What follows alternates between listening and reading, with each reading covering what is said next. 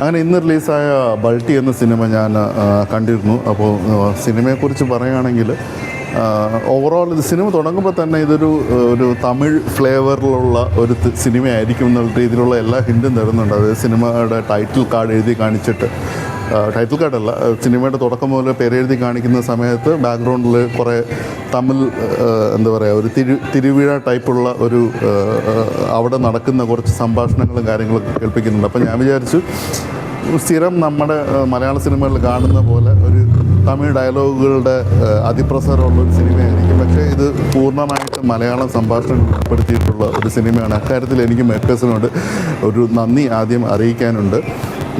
വളരെ കുറച്ച് ഭാഗത്തെ ഒരു തമിഴിൻ്റെ ഒരു ഇത് വരുന്നുള്ളൂ, തമിഴ് ഡയലോഗ്സും കാര്യങ്ങളും വരുന്നുള്ളൂ. അതൊക്കെ നോർമലാണ്, അതിനൊന്നും യാതൊരു കുഴപ്പമൊന്നുമില്ല. സിനിമ നടക്കുന്നത് ഒരു കേരള തമിഴ്നാട് അതിർത്തി പ്രദേശം, ഒരു സാങ്കല്പികമായിട്ടുള്ളൊരു അതിർത്തി പ്രദേശം എന്ന് ആണെങ്കിൽ പറയാം. പാലക്കാട് നിന്ന് ഇടയ്ക്ക് ഇങ്ങനെ ഒരു പറയുന്നുണ്ടെങ്കിലും നമ്മളെ ഒരു റിയൽ ലൈഫിൽ നിന്നും വളരെ വ്യത്യസ്തമായിട്ട് മലയാളത്തിനും തമിഴിനും ഈക്വൽ ഇമ്പോർട്ടൻസ് കൊടുത്തിട്ട് എല്ലായിടത്തും മലയാളത്തിനും തമിഴിലും ബോർഡിങ്ങും കാര്യങ്ങളൊക്കെ ഉള്ളത് അങ്ങനെ റിയൽ ലൈഫിൽ നമ്മൾ ഒരിടത്തും കാണാറില്ല. അപ്പോൾ അങ്ങനത്തെ ഒരു പ്രദേശം, ആ പ്രദേശത്തുള്ള ഒരു 4 സുഹൃത്തുക്കൾ, അവരുടെ ഒരു ഫ്രണ്ട്ഷിപ്പിൻ്റെ ഒരു കഥ ഇതിനകത്ത് പറഞ്ഞു പോകുന്നുണ്ട്. കൂടാതെ തന്നെ ആ അതിർത്തി പ്രദേശത്ത് തന്നെയുള്ള ഒരു 3 ആൾക്കാർ, അവർ മെയിൻലി ഒരു ഫൈനാൻസിയേഴ്സാണ്.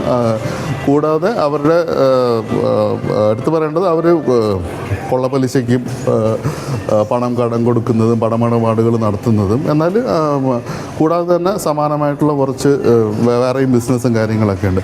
അപ്പം ഇവരുടെ എല്ലാവരുടെയും ജീവിതത്തിലൂടെ നടക്കുന്ന കുറേ സംഭവങ്ങളിലൂടെയാണ് ഈ ഒരു സിനിമയുടെ കഥ പറഞ്ഞു പോകുന്നത്. സിനിമയുടെ ഫസ്റ്റ് ഹാഫ് കൂടുതലും ഈ 4 സുഹൃത്തുക്കൾ, അതിൽ വരുന്നത് ഷെയ്ൻ നിഗം,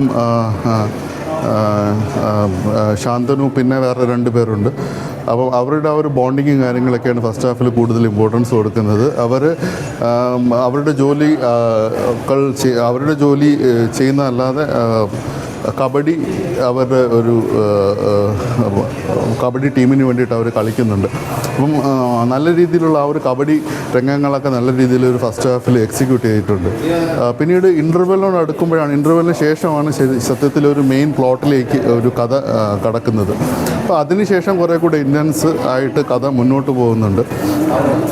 ഓവറോൾ നോക്കിക്കഴിഞ്ഞാൽ എനിക്കൊരു ശരാശരി അനുഭവം മാത്രം സമ്മാനിച്ചൊരു സിനിമയാണിത്. തുടക്കത്തിൽ ഞാൻ പറഞ്ഞു, ഒരു തമിഴ് ഫ്ലേവർ ഇതിന് തുടക്കത്തിൽ നമ്മൾ ഒരു സിനിമ തരുന്നുണ്ട്. സിനിമ മൊത്തത്തിൽ നോക്കിക്കഴിഞ്ഞാൽ ഒരു ടെംപ്ലേറ്റ്, ഒരു ടിപ്പിക്കൽ ഒരു തമിഴ് സിനിമയുടെ ഒരു ടെംപ്ലേറ്റ് തന്നെയാണ് ഈ ഒരു സിനിമയുടെ കഥ മുഴുവനും പറഞ്ഞു പോകുന്നത്. അവസാനമൊക്കെ എത്തുമ്പോഴത്തേക്ക് ഒരു 90s ഒരു തമിഴ് സിനിമ കണ്ട ഒരു ഫീലായിരുന്നു. പിന്നീട് അങ്ങോട്ട് സെക്കൻഡ് ഹാഫിൽ ലോജിക്കിൻ്റെ ഒത്തിരി ഇഷ്യൂസും കാര്യങ്ങളൊക്കെ ഉണ്ട്.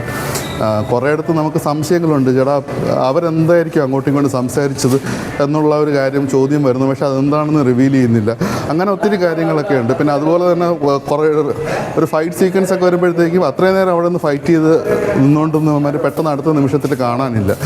ടിപ്പിക്കലി നമ്മൾ പഴയ സിനിമകളിലൊക്കെ കാണുന്ന ആ ഒരു പ്രതീതി. അപ്പോൾ അങ്ങനെയൊക്കെ നോക്കി അങ്ങനെ ഒത്തിരി കാര്യങ്ങളൊക്കെ ഉണ്ട്. അപ്പം ഭയങ്കര പ്രഡിക്റ്റബിളായിട്ടുള്ള ഒരു സ്റ്റോറി ലൈനും കാര്യങ്ങളൊക്കെ തന്നെയാണ്.